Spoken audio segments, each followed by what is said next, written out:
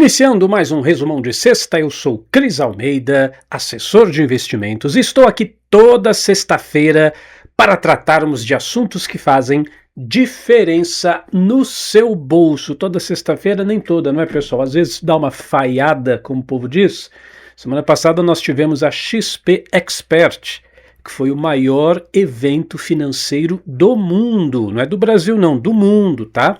Eu não pude estar presente presencialmente, mas estava aqui acompanhando online as palestras, as apresentações e tudo mais. Mas chegou nova sexta-feira, 31 de julho, último dia do mês. Vamos em frente. No resumão de hoje, vamos falar do caso do Fauci, o Anthony Fauci.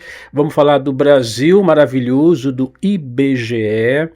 Vamos falar também das farmácias. Você é proprietário aí de alguma farmácia, eu tenho um amigo, uma amiga que é dono de farmácia, vai ter mudanças aí. E vamos falar da inflação dos Estados Unidos, que deu uma acalmada, uma estabilizada, e como é que isso afeta o seu bolso. Bom, vamos começar com esse caso que explodiu aí nas redes sociais do doutor Anthony Fauci, a maior autoridade na parte aí de saúde dos Estados Unidos, tal. A mídia tradicional, se você prestar atenção, vai dar uma notinha ali de rodapé, vai comentar alguma coisa, mas nas redes sociais o negócio está bombando. Muita gente está comentando. O Dr. Anthony Fauci foi o rosto principal de combate à pandemia nos Estados Unidos. É o maior conselheiro, foi, né? O maior conselheiro de saúde do governo americano. E agora ele está sofrendo uma investigação muito pesada, mas, pessoal, o negócio está sério, está muito pesado na Câmara dos Deputados dos Estados Unidos. Inclusive eu assisti um dos depoimentos dele, ele lá invocando a quinta emenda, que ele não ia falar nada. Aí o deputado lá fazia outra pergunta, ele falava: vou invocar a quinta emenda, não vou responder nada, vou invocar a quinta emenda, não vou responder nada. Não respondia nada, mas o fato é que apareceram muitos memorandos, e-mails, depoimentos que vazaram, e isso aí explodiu nas redes sociais e, enfim, está sendo um escândalo muito grande. Por quê? O que acontece?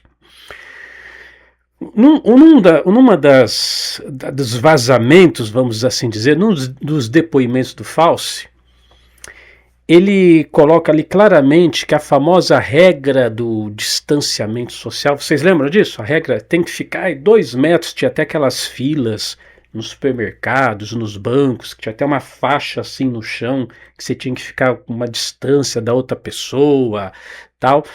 E isso aí provocou, obviamente, fechamento de escolas, de empresas no mundo inteiro. Por isso que eu estou tratando desse assunto, tá? É um assunto sanitário, mas afetou diretamente a economia. Então o Fauci admite lá que essa regra simplesmente do nada apareceu, né? Foi uma ideia que tiveram assim, mas isso não foi baseado em nenhum estudo clínico, científico, nada. Foi uma coisa assim, tem uma ideia, vamos falar assim, que tem que estar uns 2 metros de distância um do outro. Beleza, joia, bate aí o carimbo, vamos fazer essa regra. E coisas assim, entendeu? Tem muitas coisas que surgiram. Eu estou trazendo esse exemplo apenas para colocar aqui uma ilustração da coisa toda. Então parece assim que tudo aquilo que acusava, né, os negacionistas, né, os anti-ciência, o anti-vacina, no final das contas, não é que os negacionistas estavam certo, né, é o que está parecendo, tá? Só que eu não vou mergulhar nessa questão, tá bom? Mesmo porque eu não sei como é que estão os algoritmos aí, porque na época, eu me recordo muito bem, você não podia falar a palavra vacina, que o YouTube já tirava o seu vídeo do ar. Eu não sei como é que está hoje, vamos até fazer um teste aqui, mas eu não vou aprofundar nesse assunto, eu vou sugerir que você procure saber, procure ver o depoimento aí do Dr. Fauci, porque tem muita coisa já sendo divulgada. Um outro exemplo, né, até desagradável de comentar no canal, a questão dos ataques cardíacos. Derrame, como o pessoal fala também, principalmente em atletas, ele está sendo maior, o número de casos, do que já foi nos últimos 100 anos. Então, 100 anos antes da pandemia e da vacinação, e de lá para cá, Está tendo muito mais casos e a afirmação era que a vacina não teria efeito colateral nenhum, não, é tranquilo, pode sossegado, confia na ciência, vai dar tudo certo, não, é seguro, pode fazer. E agora estão vendo que não era bem assim. Outra situação, parece que as investigações estão mostrando que esse vírus teria sim, possivelmente, há uma probabilidade muito grande dele ter sido gerado por um laboratório, numa lógica, digamos, uma lógica diabólica, muito simples. A gente cria o problema e depois vende a solução e ganha dinheiro com isso, né? E nesse de vender a solução, remédios que seriam acessíveis, baratos, foram ridicularizados porque o que ia salvar a humanidade seria a vacina produzida por aquela farmácia. Então tá um rolo, tá? Como eu disse, pesquise, tá bom? O objetivo do resumão de sexta é te dar uma visão geral. Mas esse é um tema, o tema sanitário, que afetou tudo, não só a economia, tá? Quem aqui não se lembra do fica em casa, fica em casa, fica em casa? E isso aí parou tudo, né? Parou cidades, parou comércio, parou indústria, parou escola, a economia toda foi afetada. E agora se descobre que isso foi uma coisa. Acharam que tinha que ser assim, mas não tinha estudo, não tinha nada.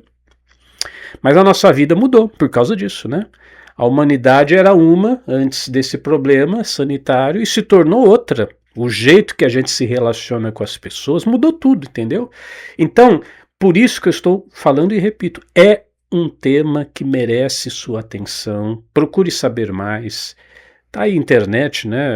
É claro, tem muito lixo, tem muita informação que não é verdadeira, tem muita fake news, mas você procura saber, tá? Eu não estou aqui para ditar verdades nenhuma. Quem sabe você possa assistir, procura aí o interrogatório do Dr. Fauci, procure saber a respeito, porque, como disse, isso afetou não só a economia, mas a nossa vida como um todo, até para que você esteja preparado para que no futuro aconteça uma outra coisa assim, você já fica de orelha em pé e fica mais atento, né? Não seja como diz o ditado popular, um pau mandado que, falaram, então deve ser, pronto, acabou, abaixa a cabeça, aceita tudo, tá? Mas muito bem, vamos virar a página. Os índices técnicos do Brasil. O Brasil está maravilhoso, está tudo certo, economia punjante, a inflação caindo, desemprego, está tudo lindo, maravilhoso, pelo menos no papel. Como a gente ouve falar, o papel aceita tudo, né? Mas eu estou aqui com duas informações, por exemplo, IBGE, taxa de desemprego no Brasil recuou, é o menor nível da série histórica para o período. Pô, que beleza, tá vendo? Não tem desemprego no Brasil, Cris Armeida, que você está reclamando do quê? E outro dado aí saiu do FGV, do Getúlio Vargas, IGPM, a famosa inflação do aluguel, né, que monitora os contratos, teve queda da inflação, Cris Armeida. Em julho caiu a inflação. Olha, gente, como a gente brinca, fala sério, né? Será que, igual foi o caso lá do Dr. Fauci, que eu acabei de citar, será que não estão manipulando essas informações? Será que, bom, como diz, quando eu era criança, eu assistia de manhãzinha, passava na Rede Globo, o telecurso primeiro grau, telecurso segundo grau. Eu gostava de assistir aquele telecurso de manhãzinha e tinha um quadro que falava assim, vamos pensar um pouco? Então, aqui no nosso resumão, vamos pensar um pouco. Exemplo, a taxa de desemprego caiu, tá? Só que o que essas manchetes não falam é o seguinte, se uma pessoa está desempregada, porém ela recebe algum benefício social, por exemplo, Bolsa Família, então ela está recebendo Bolsa Família, ela não está procurando emprego ativamente, correto? Correto. Aí os órgãos governamentais falam, então tá bom, então ela não vai entrar na conta do desemprego. Ah, mas ela está desempregada? Não, veja, ela está procurando emprego? Não está, porque ela está recebendo Bolsa Família. Então, não coloca ela no índice do desemprego. E aí a taxa do desemprego, e nós sabemos, nosso país, é uma tristeza, né? Mais da metade da população recebe algum benefício do governo. Gente, eu não estou inventando isso, tá? Não é coisa que eu acho igual o Dr. Fauci. Não é uma coisa que eu acho que é assim. Faz uma busca básica aí no Google, uma inteligência artificial. Pergunta para a inteligência artificial se o que eu estou falando é ou não é verdade. Se por acaso o índice de desemprego, quem recebe benefício social entra nesse índice, você vai ter a resposta, entendeu? Não só isso, não só beneficiários do governo, mas se o sujeito ele realiza ali algumas horas de algum bico, algum trabalho informal, o sujeito vende bala no semáforo, ele também não é contabilizado como alguém que está desempregado. Então, trabalhos informais, um vendedor de bala, um flanelinha, ou qualquer pessoa que tem um bico aí qualquer, não é categorizado como desempregado, e quem recebe benefício do governo também não entra na conta de desempregado.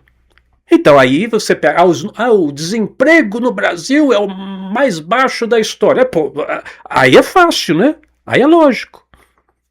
Mesma coisa da inflação. O FGV falou que a inflação caiu. Bom, o índice o IGPM, esse índice medido pelo FGV, ele pega uma parcela da realidade, mas não é toda a realidade. Ele pega os preços do atacado e das matérias-primas. Então a gente está falando de minérios e da produção de grãos, principalmente no mercado internacional. Mas a inflação que você sente ali no carrinho de compras, ou quando você vai numa farmácia, daqui a pouco eu vou falar das farmácias, que você vê nos preços dos alimentos, da prestação de serviço, eu pergunto para você, sem olhar para índice, hein? Sem olhar para índice, você acha que a inflação está subindo ou está caindo? Então, muito cuidado, tá? Com esse otimismo aí de manchetes. Gente, estamos em período eleitoral. Cris, lá vai o Cris Armeida falar mal do governo de novo. Eu estou apresentando a realidade dos fatos. Se você acha que isso é falar mal, é problema seu. Aí você está com algum viés político na sua cabeça. Estou apresentando fatos. E se eu apresento fatos, por exemplo, um fato. O governo tem pago publicidade para veículos de comunicação, ou seja, televisão, as mídias de notícia, são números, procure os números também, são exorbitantes. Nunca se pagou tanto em publicidade governamental nos veículos de comunicação como está sendo feito agora. Então estou dizendo isso para você não ser feito de otário. É o que eu falei, o papel aceita tudo. Então o índice técnico que saiu ali, diz aqui no papel que a inflação caiu. Nem de longe. Isso está refletindo o custo de vida da sua família, ou da empresa que você trabalha e tudo mais, tá? Então, nós temos que olhar, quando você tem os seus investimentos, as suas aplicações, você quer preservar o seu patrimônio, você não pode ficar escravo desses índices. Você precisa olhar para a economia real, para que o seu raciocínio seja um raciocínio e tomada de decisões baseados na realidade. Porque se você basear suas decisões, por exemplo, de uma aplicação de um investimento, nos títulos do jornal, meu amigo, infelizmente, eu falo com muita dor no coração, tá? O jornalismo hoje não é mais sinônimo de credibilidade, me desculpe. Caso você não saiba, que às vezes você pode achar que eu estou pegando pesado, né? Caso você não saiba, eu também tenho formação em marketing. Mas não apenas disso, muita gente não sabe, mas eu já contei isso no passado. Eu já tive já fui sócio de uma agência de assessoria de imprensa. Então não estou falando uma coisa que eu acho, eu estou falando de coisas que eu vivi, tá? E nos bastidores da imprensa, a gente sabe muito bem Quer dizer, quem está nos bastidores sabe disso, né? Sabe muito bem como que as manchetes funcionam. Como é que aparece uma manchete num jornal, num telejornal ou numa mídia impressa? É assim, ó. Estou te falando com todas as palavras. Estou falando como alguém que já foi sócio de uma assessoria de imprensa. Como alguém que tem autoridade no assunto. Funciona assim. Quem paga mais determina como é que vai ser a manchete. Simples assim. Tá? Então não estou falando de coisas que eu acho. Então muito cuidado. Repito. Aplicações, investimentos, gerenciamento do seu patrimônio.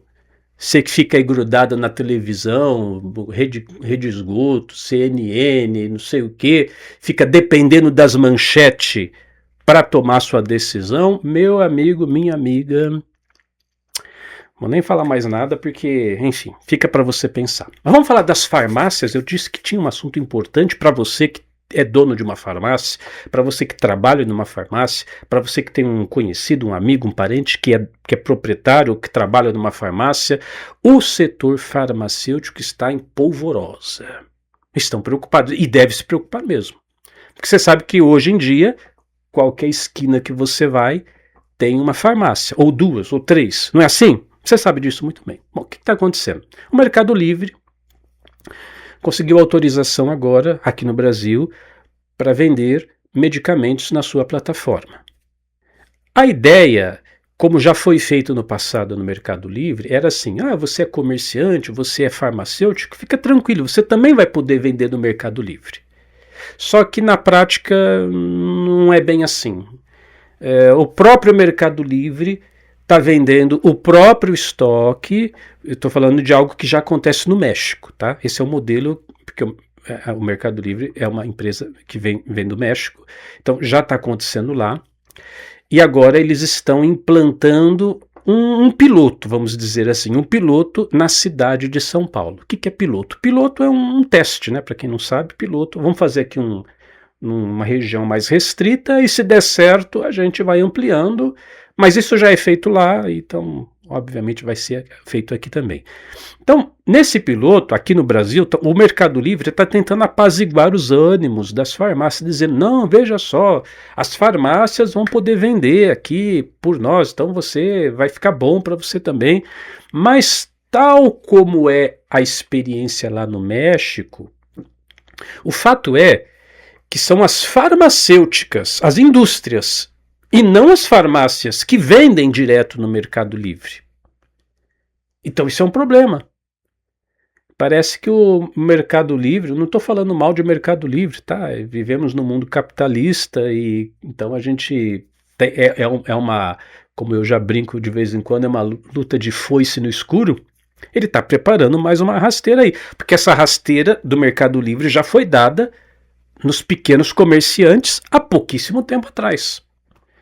Eu contei isso aqui no resumão. Se você acompanhou os vídeos passados, eu falei assim: isso aconteceu e nós vimos essa transformação e foi rápido, e agora já está assim.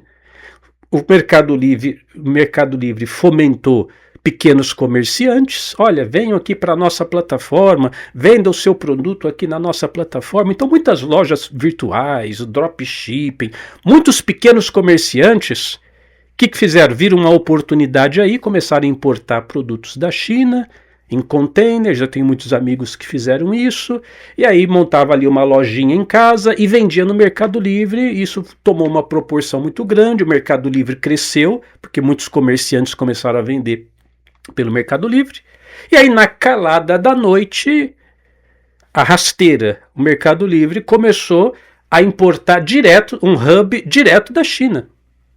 Não do comerciante brasileiro, mas direto do fabricante lá da China. Agora você compra aqui na plataforma do Mercado Livre. Ou seja, cresceu a plataforma, agora deixa com nós que nós vamos cuidar de tudo. E o pequeno comerciante ficou chupando o dedo.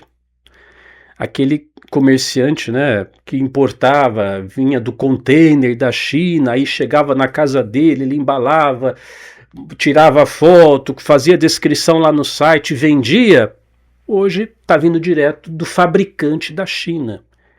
Então agora o Mercado Livre fala para os farmacêuticos, fica tranquilo, porque nós temos aqui a plataforma, você vai cadastrar aqui a sua farmácia e você vai vender da sua farmácia aqui na nossa plataforma. Pois é, lá no México eles já vendem direto da fábrica também. Então, aqui, abre o olho, fique esperto, setor farmacêutico vai ter uma mudança drástica. O que eles já estão implantando na cidade de São Paulo? Entrega em 3 horas. 3 horas, você compra no Mercado Livre um remédio, em 3 horas está entregue. Então, se você é desse segmento, comece a criar estratégias, ver o que você vai fazer, porque essa história de uma farmácia ou 2 ou 3 em cada esquina não vai ficar. Escreve o que eu estou falando, daqui a alguns meses você volta aqui, ou como o pessoal brinca na internet, tira o print, só que é um vídeo, né? Não dá para tirar print, mas você vai lembrar do que eu falei e você vai ver que esse segmento vai mudar muito daqui para frente, tá? Bom, gente, e no cenário global, e a gente tem que ter uma atenção muito grande no cenário global, eu tenho muitos investidores que estão sob minha assessoria, que fazem aplicações nos Estados Unidos, a gente faz o câmbio, aliás, deixo aqui, reforço aqui a informação, se você for fazer câmbio, ou seja, transferir o seu dinheiro de real para dólar, fale diretamente comigo, porque na nossa corretora nós conseguimos taxas especiais, nós conseguimos um preço melhor de câmbio, taxas de câmbio muito reduzidas para você, tá? Mas no cenário global, Estados Unidos, o Banco Central, o Federal Reserve, manteve aquilo que no Brasil é conhecido como a Selic no Brasil, então tem a taxa de juro americana também, e essa taxa de juro se manteve estável, né, não teve alterações. E os dados de inflação de consumo, tá, também revelaram uma desaceleração. Como é que isso afeta o nosso bolso? Veja, nos Estados Unidos, a taxa, eu estou chamando de Selic para você entender, tá bom? Lá não é chamado de Selic, mas a taxa de juros, a Selic de lá, sem alteração, e se a inflação está dando sinal de alívio, então a economia americana ela dá uma acalmada, dá uma tranquilizada. É igual um leão que estava bravo, estava todo agitado, aí o leão come ali, ele mata a fome dele, ele começa a ficar mais calminho. Quando isso acontece, o dólar, comparado com outras moedas, como por exemplo o real, ele tende a dar uma baixada, tá bom? E o que a gente faz? Oportunidade de compra. Então há uma possibilidade do dólar baixar um pouquinho mais. Você que já está acostumado no mercado financeiro sabe, quando o preço baixa, não só de dólar, o preço baixou de uma ação, de $1, de um ativo, é hora de comprar, porque depois a gente sabe que vai subir mesmo, então é uma oportunidade de compra. Mas nesse primeiro movimento, a Bolsa de Valores brasileira, ela ganha um fôlego porque o investidor estrangeiro, principalmente o investidor americano, que estava apostando na taxa de juros mais alta lá, ele já não tem mais a mesma rentabilidade, então ele começa a procurar investimentos no exterior deles, dos Estados Unidos, então aqui no Brasil, e em outros países também, mas aqui no Brasil, é uma oportunidade da Bolsa brasileira subir, você sempre vai perceber essa gangorra, tá? Dólar sobe, Bolsa brasileira cai. Dólar baixa, Bolsa brasileira sobe. Então pode ser, a curto prazo, uma oportunidade de apostar um pouquinho mais na Bolsa brasileira, que tende a dar uma subida, tá? Mas tem esse detalhezinho, pessoal. Fala comigo antes, tá bom? Não tome decisão sozinho. Não invista no escuro, porque dinheiro não aceita desaforo.